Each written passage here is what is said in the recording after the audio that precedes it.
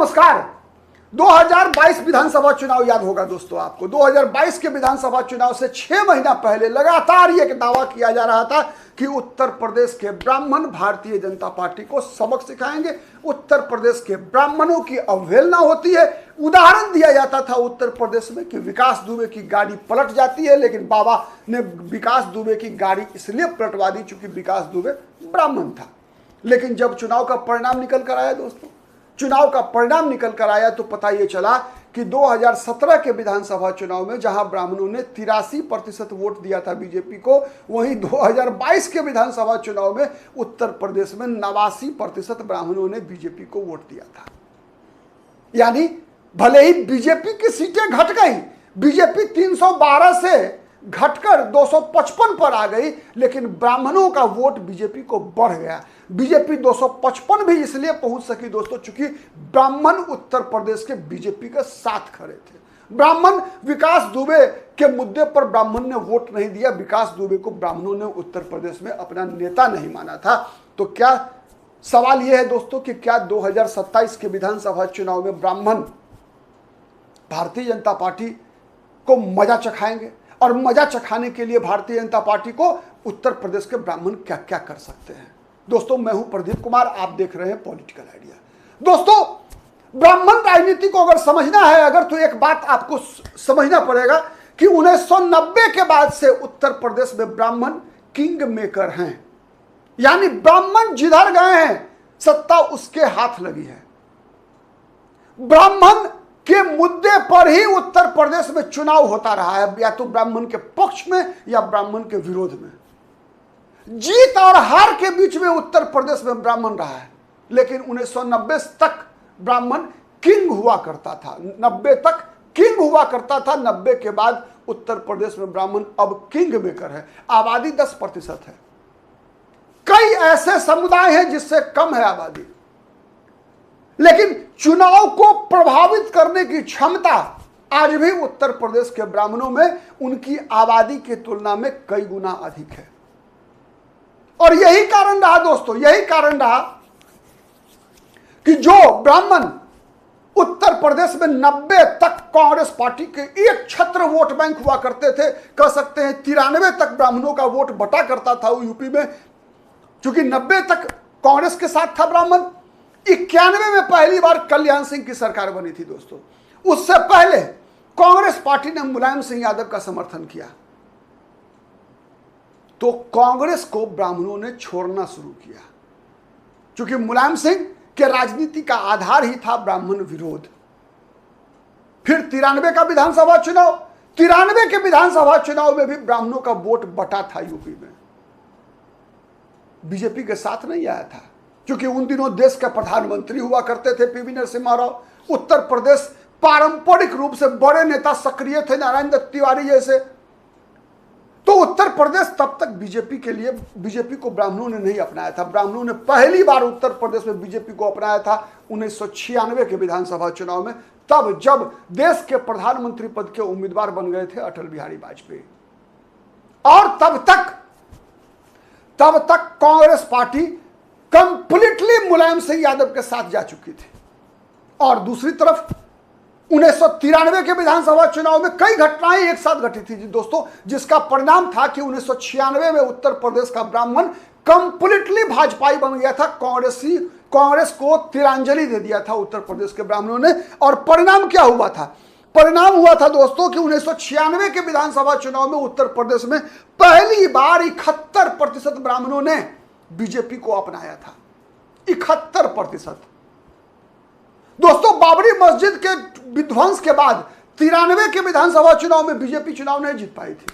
कारण था उसका, उस चुनाव में मुद्दा जो बना था उस समय में मिले मुलायम कांसी राम, हवा में उड़ गए जय श्री राम। यानी उस बार ब्राह्मण को केंद्र में रखकर ब्राह्मणों के खिलाफ ध्रुवीकरण कराकर मुलायम सिंह यादव और कांसी राम ने चुनाव जीता था। लेकिन 1995 में एक घटना घटती है दोस्तों, मायावती के साथ, गेस्ट हाउस कांड, मायावती मुलायम सिंह। उसमें मायावती के साथ क्या हुआ बताने की आवश्यकता नहीं है, लेकिन एक ब्राह्मण विधायक ब्रह्मदत्त द्विवेदी और लालजी टंडन, ऐसे लोगों ने मायावती की प्रतिष्ठा बचाई।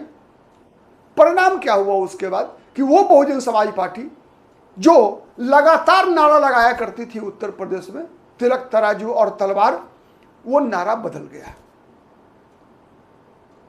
वो नारा बदल गया। नारा क्या लगने लगा? हाथी नहीं गणेश है, हाथी नहीं गणेश है, ब्रह्मा विष्णु महेश है। हाथी नहीं गणेश है, ब्रह्मा विष्णु महेश है। यह नारा लगना शुरू हुआ दोस्तों। राजनीति आगे बढ़ती रही। वाजपेयी और कल्याण सिंह के बीच जो मतभेद हुआ 1996 के विधानसभा चुनाव के बाद, जब वाजपेयी प्रधानमंत्री बने और कल्याण सिंह मुख्यमंत्री थे, विवाद हुआ। भारतीय जनता पार्टी यूपी में कमजोर होती गई। 98 लोकसभा चुनाव, 99 लोकसभा चुनाव, बीजेपी कमजोर होती गई। 2004 लोकसभा चुनाव, हर चुनाव दर चुनाव कमजोर होती गई। परिणाम क्या हुआ? जैसे जैसे बीजेपी कमजोर होती गई, अटल और कल्याण सिंह का मामला बढ़ता गया, वैसे वैसे ब्राह्मणों ने भी उत्तर प्रदेश में विकल्प ढूंढना शुरू किया। और विकल्प मिला कहां? मायावती के साथ। क्योंकि मायावती भी बदल रही थी। मायावती बता रही थी ब्राह्मण शंख बजाएगा, हाथी बढ़ता जाएगा, हाथी नहीं गणेश है, ब्रह्मा विष्णु महेश है। वो नारा लगना शुरू हुआ दोस्तों। ब्राह्मणों ने 2007 के विधानसभा चुनाव में मायावती को अपनाया। मायावती ने भी सम्मान दिया। चाहे वो सतीश चंद्र मिश्रा हो, चाहे वो रामवीर उपाध्याय हो, कई ब्राह्मण नेता मायावती के शासनकाल के दौरान आगे आए, सामने बढ़कर आए। मायावती ने पूरा सम्मान दिया। और तब से आप कह सकते हैं कि 2007 का विधानसभा चुनाव वो चुनाव था दोस्तों, जब सबसे ज्यादा विधायक, एमएलए, यानी कांग्रेस का सूर्य अस्त होने के बाद 2007 का विधानसभा चुनाव वो चुनाव था दोस्तों, जब सर्वाधिक संख्या में ब्राह्मण एमएलए उत्तर प्रदेश की विधानसभा में पहुंचे। और उसका कारण क्या था दोस्तों? और बीजेपी सबसे कम सीट पर आके अटक गई। उसका कारण था कि बीजेपी को ब्राह्मणों ने छोड़ दिया था। बीजेपी को मात्र 39% ब्राह्मणों ने 2007 के विधानसभा चुनाव में वोट दिया था। यानी ब्राह्मणों का बड़ा हिस्सा मायावती के साथ चला गया था, अखिलेश के साथ नहीं गया था। फिर 2012 के विधानसभा चुनाव में भी वही स्थिति रही। 39 से ब्राह्मण 38% पर आ गए बीजेपी के साथ। और दोस्तों याद रखिएगा, 2002, 2007, 2012 ये 3 विधानसभा चुनाव दोस्तों ऐसा था जिसकी शुरुआत अटल आडवाणी के दौर में हुई और उस दौर की समाप्ति हुई मोदी के आने के बाद। तब तक अटल और कल्याण सिंह के दौर से लेकर मोदी के आगमन तक का जो दौर था, इस दौर के बीच में देखेंगे कि बीजेपी को समर्थन ब्राह्मणों का कम मिलता रहा। और यही कारण था कि मायावती तब मजबूत थी, बीजेपी से अधिक मजबूत थी, इसलिए कि ब्राह्मण वोट बीजेपी को छोड़कर मायावती के साथ शिफ्ट हो गया था।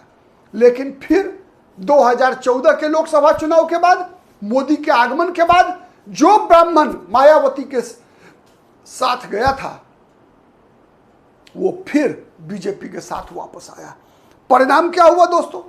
परिणाम यह हुआ कि 2017 में, 2014 लोकसभा चुनाव के बाद 2017 का जो विधानसभा चुनाव हुआ, भारतीय जनता पार्टी को 83% ब्राह्मणों का समर्थन मिला। लोगों को लगा कि ये तो रिकॉर्ड है, लेकिन अभी ये रिकॉर्ड कम था दोस्तों। 2022 के विधानसभा चुनाव में जब विकास दुबे और ऐसे मुद्दों पर बीजेपी को घेरना शुरू किया विपक्ष ने, तो ये 83 बदलकर 89% पर चला गया बीजेपी का समर्थन। 89%।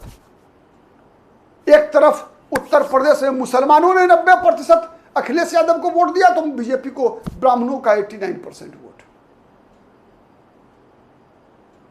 तो ऑल टुगेदर दोस्तों, अगर उत्तर प्रदेश की राजनीति में आप देखेंगे ब्राह्मण वोट का बीजेपी और बसपा के तरफ आना और जाना लगा रहना, और कांग्रेस से ऐतिहासिक वो रिश्ता, इतिहास, तो गौर करेंगे दोस्तों कि ये जितने भी वोट जिस किसी भी पार्टी के पास गए, चाहे वो कांग्रेस के जमाने में कांग्रेस के साथ था, मायावती जब मजबूत हुई तो मायावती के साथ था, या फिर बीजेपी के साथ रहा।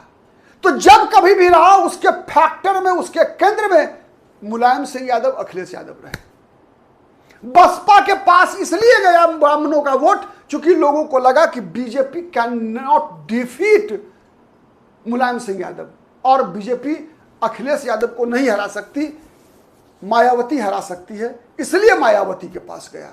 और जब लगा कि नहीं बीजेपी अब अखिलेश यादव को हराने के लिए मायावती की जरूरत नहीं है, बीजेपी हरा सकती है, तो फर्स्ट चॉइस के रूप में ब्राह्मणों के समय के लिए हर वक्त बीजेपी रही, और सेकंड चॉइस मायावती। अखिलेश यादव कहीं से भी कोई चॉइस में आते ही नहीं है। इसीलिए मुझे लगता है कि अखिलेश यादव का जितना भी मेहनत है ब्राह्मण वोटों के पीछे, मुझे लगता है क्योंकि ब्राह्मण जब जब एकजुट हुए, ब्राह्मण बिखरे, इसके पीछे कारण एक ही रहा, एक ही कारण रहा, मुलायम सिंह यादव, अखिलेश यादव। तो दोस्तों जो कारण है वो निवारण नहीं हो सकता, कारण कभी निवारण नहीं होता, बीमारी कभी दवाई नहीं होती। होती है क्या? बीमारी कभी दवाई हो सकती है क्या? ब्राह्मण जब कभी भी बसपा के साथ गया, बीजेपी के साथ गया, जब कभी कांग्रेस के साथ हुआ करती थी, हर कारण के पीछे फैक्टर एक ही है, मुलायम सिंह, अखिलेश यादव। दूसरा फैक्टर ही नहीं है। तो जो डिजीज है वो डायग्नोसिस कैसे बन सकता है? तो यदि आज अगर बीजेपी से अगर ब्राह्मण मान लीजिए यूपी का नाराज हो गया, अगर बहुत नाराज होगा तो क्या करेगा? मायावती के साथ जाएगा। लेकिन मायावती के साथ कब जाएगा? बसपा के साथ कब जाएगा?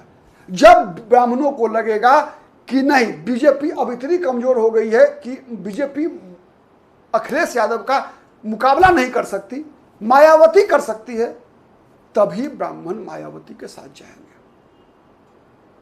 अखिलेश के साथ कभी नहीं। आप कितने सहमत हैं कमेंट करके बताइएगा। आज के लिए इतना ही, फिर मुलाकात होगी किसी अन्य मुद्दे पर, तब तक के लिए नमस्कार।